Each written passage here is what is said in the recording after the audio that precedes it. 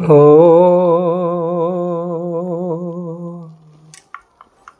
ନାରାୟଣଂ ନମସ୍କୃତଂ ନରଚୈବ ନରୋତ୍ତମଂ ଦେବୀଂ ସରସ୍ୱତୀ ବ୍ୟାସ ତतो ଜୟମୁଦ୍ରୟ ବେଦେ ରାମାୟଣେ ଚୈବ ପୁରାଣେ ଭାରତେ ତଥା आदौ चान्ते च मध्ये च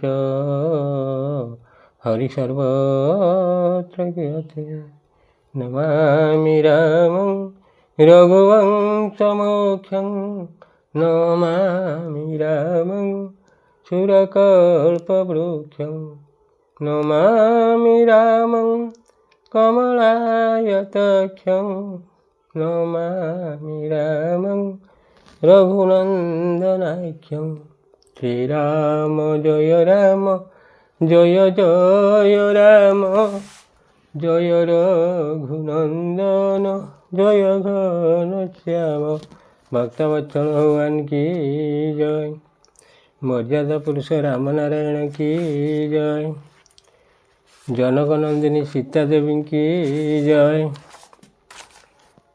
ढंकड़वासिनी माँ शारदा को जय 33 कोटी देवता को जय मोर प्रिय श्रोता बंधु आपण मानक नमस्कार करी आरंभ करिया जाऊँ ये संपूर्ण धारावाहिक रामायण कथा ये धारावाहिक रामायण कथा को आपण माने संपूर्ण शुणिबे यदि भल लगे वीडियो टी सब्सक्राइब करेंगे लाइक टे करेंगे भल न लगने भी संपूर्ण शुणिबे बहु उपकार अच्छे आपण मैंने जानी अधिका कौन कहवा आपण मैंने शुणुंट मर्यादा पुरुष राम रावण को निधन कर परवर्ती कथा शुणिबे ये रामायण कथा सरिला पर आपण मैंने प्रति पारायण कि रामायण कथा शुणुवे मर्यादा पुरुष राम जन्म हवा ठारू सीता देवी पाताल को जीवा परे रामायण सरीगले ना तापर बहुत अच्छा ता भितर भी अन्य शास्त्रकार माने लिखिं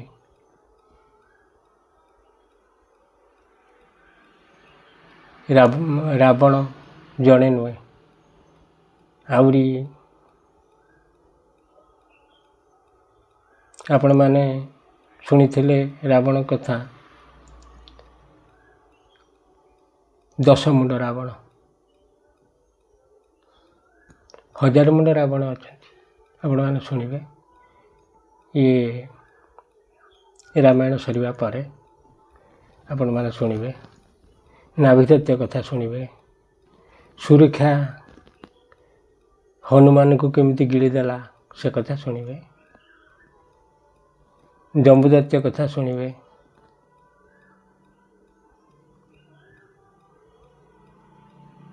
देवगण सहित मर्यादा पुरुष राम केमी युद्ध कले से कथा शुणिबे ये बहुत कथा आगू अच्छे आपण मैंने शुणिबे खाली एतिकी सरिबा परे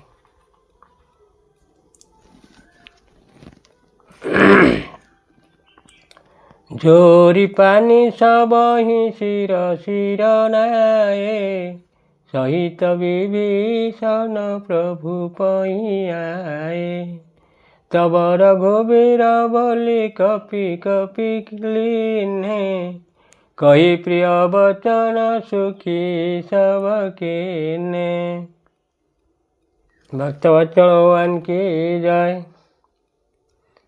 आदर पूर्वक विभीषण को सिंहासन रे बसाई दे से राज्याभिषेक सारी स्तुति कले समस्ते करजोड़ी नतशिर होई प्रणाम कले तापरे ବିଭୀଷଣଙ୍କ ସହିତ ସମସ୍ତେ ପ୍ରଭୁଙ୍କ ନିକଟକୁ ଆସିଲେ। ମର୍ଯ୍ୟାଦା ପୁରୁଷ ରାମ ବାନରମାନଙ୍କୁ ଡକେଇ ପ୍ରିୟ ବଚନ କହି ସମସ୍ତଙ୍କୁ ସୁଖ ପ୍ରଦାନ କଲେ। ପ୍ରଭୁ ସମସ୍ତଙ୍କୁ ଆନନ୍ଦିତ କରି ଅମୃତ ତୁଲ୍ୟ ବାଣୀ କହିଲେ, ତୁମ୍ଭମାନଙ୍କ ବଳରେ ହିଁ ଏହି ଦୁର୍ଦ୍ଦାନ୍ତ ଶତ୍ରୁ ମଲା ଏବଂ ବିଭୀଷଣ ରାଜ୍ୟ ପାଇଲେ। ତେଣୁ ତୁମ୍ଭମାନଙ୍କର ଯଶ ତିନି ଲୋକରେ ନିତ୍ୟ ନବୀନ ହୋଇ ରହିବ। ଯେଉଁମାନେ ମୋର କୀର୍ତ୍ତି ସହିତ ପରମ ପ୍ରେମରେ ତୁମମାନଙ୍କର ଶୁଭ କୀର୍ତ୍ତି ଗାଇବେ, ସେମାନେ ବିନା ପରିଶ୍ରମରେ ଏହି ଅପାର ସଂସାର ସାଗର ପାରି ହୋଇଯିବେ। ଶ୍ରୋତା ବନ୍ଧୁ, ଇଏ ଶାସ୍ତ୍ର ବର୍ଣ୍ଣିତ କଥା, ମିଛ ନୁହେଁ। ଏଣୁ ଆପଣମାନେ ଏହି ଧାରାବାହିକ ରାମାୟଣ କଥାକୁ ପ୍ରତ୍ୟହ ଶୁଣିବେ। ପ୍ରତିଦିନ ସନ୍ଧ୍ୟାବେଳେ ସକାଳେ, ଯଦି ଆଉ ସମୟ ନ ପାଇବେ 2 ଥର ଶୁଣନ୍ତୁ। ଆର ଗୁଣ ଅସୀମ। ପ୍ରଭୁ କେ ବଚନ ଶ୍ରବଣ ଶୁଣି ନହିଁ ଅଘାଇ କପି ପୁଞ୍ଜ, ବାର ବାର ଶିର ନାୱହି ଗଇ ସକଲ ପଦ କଞ୍ଜ। ସିୟାବର ରାମଚନ୍ଦ୍ର ଶଙ୍କର ହରି ଓಂ, ଭଜୁ ମଙ୍ଗଳ ଭବନୟ ମଙ୍ଗଳ ହାରି, ଦ୍ରବୌଷଧ ଶରତ ଅଜିର ବିହାରୀ। ଶ୍ରୀରାମ ଜୟ ରାମ ଜୟ ଜୟ ରାମ ରାମ ଜୟ ରଘୁନନ୍ଦନ ଜୟ ଘନ ଶ୍ୟାମ ଭକ୍ତ ବତ୍ସଳ ଭଗବାନ କି ଜୟ। ମର୍ଯ୍ୟାଦା ପୁରୁଷ ରାମଙ୍କ କଥା ଶୁଣି ବାନରମାନେ ତୃପ୍ତ ହେଲେନି, ତାଙ୍କ ମନକୁ ପାଇଲାନି। ସେମାନେ ବାରମ୍ବାର ସାଷ୍ଟାଙ୍ଗ ପ୍ରଣିପାତ ମର୍ଯ୍ୟାଦା ପୁରୁଷଙ୍କୁ ରାମକୁ କରୁଥାନ୍ତି, ତାଙ୍କ ପାଦ ପଦ୍ମରେ ପ୍ରଣାମ କରୁଥାନ୍ତି। ପୁନି ପ୍ରଭୁ ବୋଲିଲି ଆଉ ହନୁମାନ, ଲଙ୍କା ଯାହୁ କହେଉ ଭଗବାନ। ସମାଚାର ଜାନକୀ କିହି ଶୁଣାଓ, ତାକୁ କୁଶଳ ନେଇ ତୁମ ଚଲି ଆୟୋ।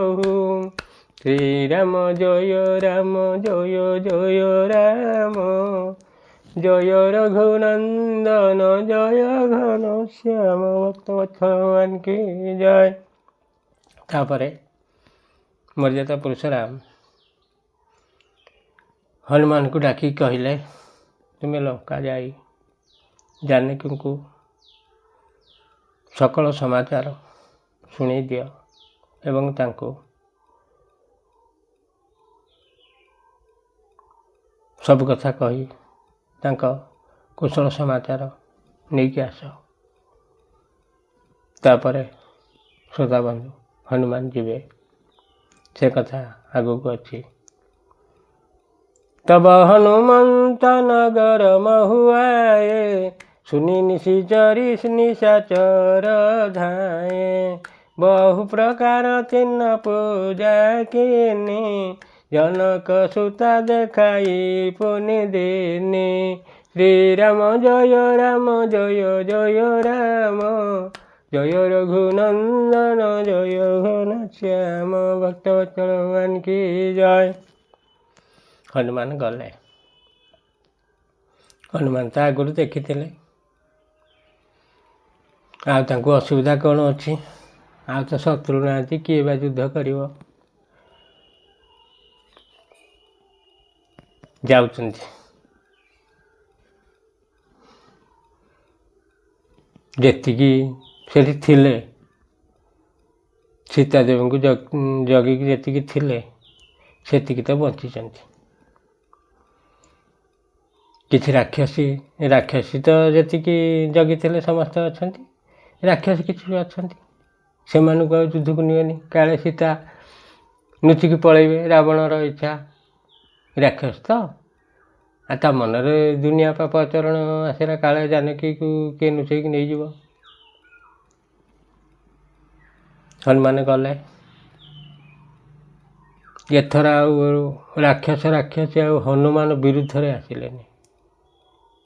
ସବୁ ଶୁଣୁଛନ୍ତି, ଏତେ କଥା ହେଲାଣି, ରାବଣ ମଲାଣି, ଆଉ ହନୁ ସାଙ୍ଗରେ ଯିଏ ଯୁଦ୍ଧ କରିବ ସିଏ ମରିବ। ଏଥର ସ୍ୱାଗତ ଜଣାଇଲେ। ଆସିକି ଉଲ୍ଟି ଜୁଆର ହେଲେ ହନୁମାନଙ୍କୁ, ବହୁତ ପ୍ରକାର ସମ୍ମାନ ଦେଲେ। ହନୁମାନଙ୍କୁ ନେଇକି ସୀତା ଦେବୀଙ୍କୁ ଦର୍ଶନ କରେଇଲେ। ଦୁରିହିତେ ପ୍ରଣାମ କପି କପି କିନା, ରଘୁପତି ଦୂତ ଯା ନ ଚିହ୍ନା, କହୁ तात ପ୍ରଭୁ କୃପାନିକେତା, କୁଶଳ ଅନୁଜ କପି ସେନ ସମତା। ଶ୍ରୀରାମ ଜୟ ରାମ ଜୟ ଜୟ ରାମ, ଜୟ ରଘୁନନ୍ଦନ ଜୟ ଘନ ଶ୍ୟାମ, ଭକ୍ତବତ୍ସଳ ଭଗବାନ କି ଜୟ। ହନୁମାନ ଏଥର ଗଲେ ବହୁତ ଖୁସି ମନରେ। ମା ଜାନକୀ ବି ବହୁତ ଖୁସି ମନରେ ଅଛନ୍ତି। ଖବର ପାଇସାରିଲେଣି, ତାଙ୍କର ତ ଚାଳ ଅଛନ୍ତି, ତାଙ୍କର ତ ପ୍ରିୟ ସଖୀ ଅଛି। ହନୁମାନ ଯାଇ ଦୂରରୁ ନମସ୍କାର କଲେ। ଜାନକୀ ଦେବୀ ବା ସୀତା ଦେବୀ ତାଙ୍କୁ ଆଉ କ'ଣ ପରିଚୟ ତ ଆଗରୁ ହେଇସାରିଛି, ଟିକେ ଟିକେ ଅଚିହ୍ନା ଲାଗୁଥିଲା, କାହିଁକିନା ଦେଖା ଦେଇକି ଯାଇଛନ୍ତି, ବହୁତ ଦିନ ବିତିଗଲାଣି। ଆଉ ତେଣୁ ଟିକେ ଟିକେ ଯୋଚନା କଲେ, ଯେମିତି ପାଖେଇ ଆଇଲେ, କହିଲେ ଏଇ ତ ହନୁମାନ। ପଚାରିଲେ, ଆରେ ବାବୁ, କୃପା ନିଧାନ ମର୍ଯ୍ୟାଦା ପୁରୁଷ ରାମ ପ୍ରଭୁ, ତାଙ୍କ ଅନୁଜ ଓ ବାନର ସେନାଙ୍କ ସହିତ ସମସ୍ତେ କୁଶଳରେ ଅଛନ୍ତି ତ? ସବୁ ଜାଣିଛନ୍ତି। କି ସଚରାଚର ପ୍ରାଣୀଙ୍କର ମା, ତାଙ୍କୁ ଅଜଣା କ'ଣ?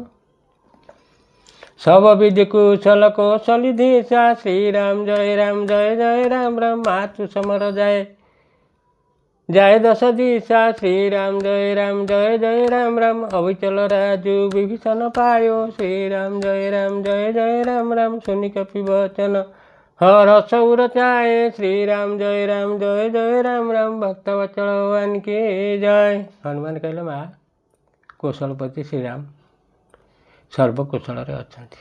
युद्धरे से रावण को जय करी विभीषण को अखंड राज्य प्रदान करछंती। विभीषण को राजा कर साइले। हनुमान कथा शुणी सीता हृदय आनंदर उछुट उठिला। जेतिक दुख करथिले ता 10 गुणा सुख मनर हो गला। सीता माँ हृदय रे अत्यंत आनंद जात है। शरीर पुलकित हो गला, जमिति किसी हजिबा जिनस मिल जाए सेमती अनुभव कले। नयन रे मोर प्रिय श्रोता बंधु लुह 2 प्रकार, गोटे दुखर लुह आ गोटे सुखर लुह। अति खुशी हो गला पर लुह बोए आपण माने जानिथिबे।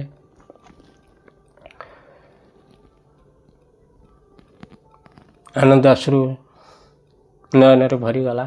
से बारंबार कहबाकू लागिले, हे हनुमान, मु तुमको कौन देवी? तुम जगह बहुत कथा है। तुम्हें जो समाचार आज शुणिल, कौन मो पाखरे अच्छी?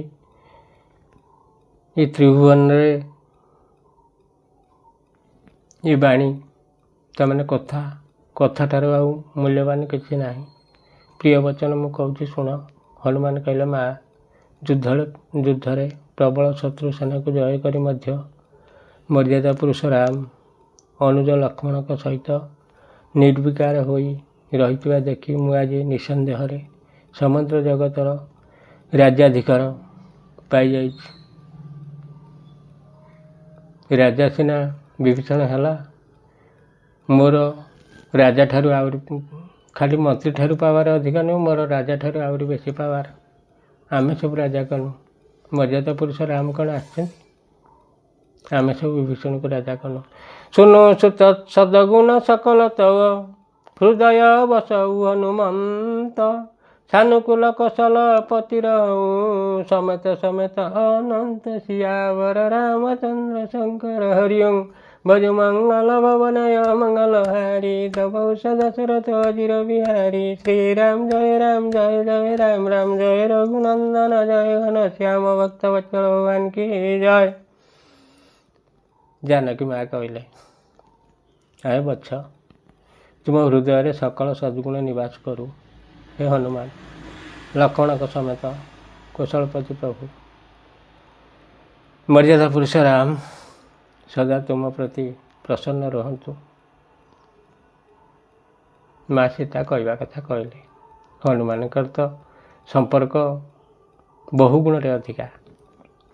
ଅବଶୋଇ ଚନତ କରୁ ତୁମ ତାତା, ଶ୍ରୀରାମ ଜୟ ରାମ ଜୟ ଜୟ ରାମ ରାମ, ଦେଖ ନୟନ ଶ୍ୟାମ ମୃଦୁ ମୃଦୁ ଗୀତା, ଶ୍ରୀରାମ ଜୟ ରାମ ରାମ, ତନୁ ତବ ହନୁମାନ ରାମ ପଇ ଯାଇ, ଶ୍ରୀରାମ ଜୟ ରାମ ରାମ, ଜନକ ସୁତା କେଇ କୁଶଳ ଶୁଣାଇ, ଶ୍ରୀରାମ ଜୟ ରାମ ରାମ, ଭକ୍ତ ବତ୍ସଳ ଭଗବାନ କି ଜୟ। ହେ ବତ୍ସ, ଏଥର ତୁମେ ସେହି ଉପାୟ କର ଯଦ୍ୱାରା କି ମୁଁ ଏହି ନେତ୍ରରେ ପ୍ରଭୁଙ୍କ କୋମଳ ଶ୍ୟାମ ଶରୀର ଦର୍ଶନ କରିପାରିବି। ତାପରେ ହନୁମାନ ମର୍ଯ୍ୟାଦା ପୁରୁଷ ରାମଙ୍କ ନିକଟକୁ ଯାଇ ଜାନକୀଙ୍କର ମା ସୀତାଙ୍କର କୁଶଳ ସମାଚାର ଶୁଣେଇଦେଲେ। ସୁନିସନ୍ଦେଶୁ ଭାନୁ କୁଲଭୂଷଣ, ବୋଲିଲିଏ ଯୁବରାଜ ବିଭୀଷଣ, ମାରୁତ ସୁତ କେଶୁ ସଙ୍ଗ ସିଧାଉ, ସାଦର ଜନକ ସୁତଇଲେ ଆଉ, ଶ୍ରୀରାମ ଜୟ ରାମ ଜୟ ରଘୁନନ୍ଦନ ଜୟ ଘନଶ୍ୟାମ, ଭକ୍ତବତ୍ସଳ ଭଗବାନ କି ଜୟ। ସକଳ ସମାଚାର ଶୁଣି, ସବୁ ଖବର ଶୁଣି ସୂର୍ଯ୍ୟବଂଶୀ କୁଳଭୂଷଣ ମର୍ଯ୍ୟାଦା ପୁରୁଷ ରାମ ଯୁବରାଜ ଅଙ୍ଗଦ ଓ ବିଭୀଷଣକୁ ଡକେଇ ପଠାଇଲେ। ସେ ଦୁଇ ଜଣ ଆସିବାରୁ ପ୍ରଭୁ କହିଲେ, ପବନପୁତ୍ର ହନୁମାନଙ୍କ ସହିତ ଯାଇ ଜାନକୀ ମାଙ୍କୁ ଏଠାକୁ ସାଦର ନେଇ ଆସ, ସମ୍ମାନ ସହକାରେ ଆଣିବ। ତୁରତ ସକଲ ଗଏ କହ ସୀତା, ସେଇ ସବ ନିଶିଚରି ବିନତା, ବେଗି ବିଭୀଷଣ ତିନହି ଶିଖାଓ, ତିନ ବହୁ ବିଧିମ ଜନକର ଆୟୋ, ଶ୍ରୀରାମ ଜୟ ରାମ ଜୟ ରଘୁନନ୍ଦନ ଜୟ ଘନଶ୍ୟାମ, ଭକ୍ତବତ୍ସଳ ଭଗବାନ କି ଜୟ। ସେମାନେ ଆଉ କାଳ ବିଳମ୍ବ ନ କରି ତୁରନ୍ତ ଗଲେ। ମା ଜାନକୀ ବା ସୀତାଙ୍କ ପାଖକୁ ନିକଟକୁ ଗଲେ। ଆଉ କ'ଣ ଭୟ ଅଛି? ବହୁତ ମନ ଖୁସିରେ ଯାଉଛନ୍ତି। ଦେଖିଲେ ସମସ୍ତ ରାକ୍ଷସୀମାନେ ବିନୀତ ଭାବ, ଯେଉଁ ରାକ୍ଷସୀ ଗର୍ଜନ କରୁଥିଲେ, ଯେଉଁ ରାକ୍ଷସୀ ମା ସୀତାଙ୍କୁ ଡରଉଥିଲେ, ସିଏ ଯାହା କରୁଛନ୍ତି ଇଏ ଦେଖିକି ଆଶ୍ଚର୍ଯ୍ୟ ହେଇଗଲେ। ମା ଜାନକୀଙ୍କୁ ସେବା କରୁଛନ୍ତି, କିଏ ଗୋଡ଼ ମୋଡ଼ି ଦେଉଛି, କିଏ ସ୍ନାନ କରାଇ ଦେଉଛି, କିଏ ଚାମର ଆଣିକି ବିଞ୍ଚୁଛି, କି ଅପୂର୍ବ କଥା। ବିଭୀଷଣ ଆଉ ବିଳମ୍ବ ନ କରି, ବିଭୀଷଣ ବି ସାଙ୍ଗରେ ଯାଇଥାଏ, ରାଜା ତ ହେଇସାରିଲେଣି, ମନ ବହୁତ ଖୁସି। ସବୁ ଯାଇକି ବୁଝେଇଲେ। ସେମାନେ ଯାଇ ପୁଣି ଥରେ ସୀତା ଦେବୀଙ୍କୁ, କାହିଁକିନା ବହୁତ ଦିନ ହେଲା ନା ଗାଧୁଆ ଅଛି, ନା ଖାଇବା ଅଛି, ନା ମନର ସୁଖ ଥିଲା, କିଛି ନଥିଲା। ଆଜି ପୂର୍ବ ଅବସ୍ଥା ଫେରିବାକୁ ଯାଉଛି। ରାବଣ ମରିଯାଇଛି, ବିଭୀଷଣ ରାଜା ହେଇସାରିଛି। କେବଳ ମର୍ଯ୍ୟାଦା ପୁରୁଷ ରାମକୁ ମା ଜାନକୀ ଦେଖିବେ। ଆଜି ଏଇଠୁ ରହିବ ପ୍ରସଙ୍ଗ। ଆପଣମାନେ ଆଗାମୀ ଅଧ୍ୟାୟରେ ଶୁଣିବେ। ତାପରେ ଯାହା ଯାହା ହେବ ଆପଣମାନେ ଶୁଣିବେ। ଇଏ ରାମନାରାୟଣଙ୍କ କଥା ଆପଣମାନେ କୌଣସି ପ୍ରକାର ଦରଖଣ୍ଡିଆ କରିବେ ନାହିଁ। ଆପଣମାନେ ଶୁଣିଥିବେ, କେଉଁଠି ଯୁଦ୍ଧ ଚାଲିଲାଣି ତ କେଉଁଠି କ'ଣ ହେଲାଣି, କେଉଁଠି ବମ୍ ଫୁଟିଲାଣି ତ କେଉଁଠି ଏକ୍ସିଡେଣ୍ଟ ହେଇକି ମଲାଣି। ତେଣୁ ଆପଣମାନେ ଏବେ ଟିକେ ସଚେତନ ହୁଅନ୍ତୁ। ନିଜେ ସଂସ୍କାରୀ ହେବା ସହିତ ପିଲାମାନଙ୍କୁ ସଂସ୍କାରୀ କରନ୍ତୁ। ଆମେ ଯଦି ଆମ ବାପା ମାଆଙ୍କୁ ପ୍ରଣାମ ନ କରିବା, ଆମ ପିଲାମାନେ କେମିତି କରିବେ? ସଂସ୍କାରଟା କେଉଁଠି ଶିଖାଯାଏ? ଆମ ନିଜେ ଆଗେ କଲେ ସିନା କାହାକୁ କହିବା କି ସେ ଦେଖିକି ଶିଖିବ। ପିଲାମାନେ, ଛୋଟ ଛୁଆମାନେ କ'ଣ ଜାଣିଛନ୍ତି? ଯେମିତି ଛୋଟ ଛୁଆ ସେମିତି ନୂଆ ବୋହୂ। ଆମେ ଯଦି ଆମ ପିତାମାତାଙ୍କୁ ନମସ୍କାର କରୁଥିବା, ଭକ୍ତି କରୁଥିବା, ପିଲାମାନେ ଜାଣିବେ। ଯେଉଁ ଝିଅ ବୋହୂ ହେଇକି ଆସିବ, ଯେତେ ଦୁଷ୍ଟ ଚରିତ୍ରରେ ଥାଉ, ସେ କରିବାକୁ ବାଧ୍ୟ, ଶିଖିବାକୁ ବି ବାଧ୍ୟ। ତେଣୁ ଆପଣମାନେ ଶ୍ରୋତା ବନ୍ଧୁ ଟିକେ ସଚେତନ ହୁଅନ୍ତୁ। ପରିବାର, ସୁଖମୟ ପରିବାର ହଉ, କିଛି ନାହିଁ, କୋଟି କୋଟି ଟଙ୍କା ଥିଲେ ବି କିଛି ନାହିଁ, ଅଭାବ ହେଲେ ବି କିଛି ଅସୁବିଧା ନାହିଁ। କିନ୍ତୁ ଆମେ ମନର ଅଭାବ କରିବା ନାହିଁ। ଧନର ଅଭାବ ଥାଉ କି ନଥାଉ, ଧନ ଅଭାବ ଥାଉ କି ଭାବ ଥାଉ, ମନର ଅଭାବ କରିବା ନାହିଁ। ତେଣୁ ଆମେ ସଂସ୍କାରଟା ଜଗିକି ରଖିବା, ସତ୍ୟ ଧର୍ମକୁ ପାଳନ କରିବା। ଏଇ ଦୁଇଟା କଥା ଯଦି ଆମେ ଜଗିଦେଲେ ଆମର ସୁଖମୟ ହେବ। ଆପଣମାନେ ଏ ରାମାୟଣ ଭିତରେ ଶୁଣିଥିବେ, ବହୁତ ମଲେ ଅସୁର, କିଏ ସ୍ୱର୍ଗକୁ ଗଲା ତ କିଏ ନରକକୁ ଗଲା, କିନ୍ତୁ ବିଭୀଷଣ ଅମର ହେଇଗଲା। ମୋର ପ୍ରିୟ ଶ୍ରୋତା ବନ୍ଧୁ, ଆଜି ଏତିକିରେ ଥାଉ। ସେ ରାମନାରାୟଣ ଆପଣମାନଙ୍କୁ ବହୁତ ଭଲରେ ରଖନ୍ତୁ, ପରିବାରଙ୍କୁ ଭଲରେ ରଖନ୍ତୁ। ଆଉ ଆପଣମାନଙ୍କ ସହିତ ଏ ପୃଥିବୀରେ ଯେତେ ନର ନାରୀ, ପିଲା ବାଳକ, ମୋର ଗୁରୁ ଗୁରୁଜନ ଅଛନ୍ତି, ସମସ୍ତଙ୍କୁ ସେ ରାମନାରାୟଣ ଭଲରେ ରଖନ୍ତୁ। ଏତିକି କହି ମୋର ପ୍ରିୟ ଶ୍ରୋତା ବନ୍ଧୁମାନଙ୍କୁ ନମସ୍କାର କରି ବିଦାୟ ନେଉଛି। ଜୟ ଶ୍ରୀରାମ।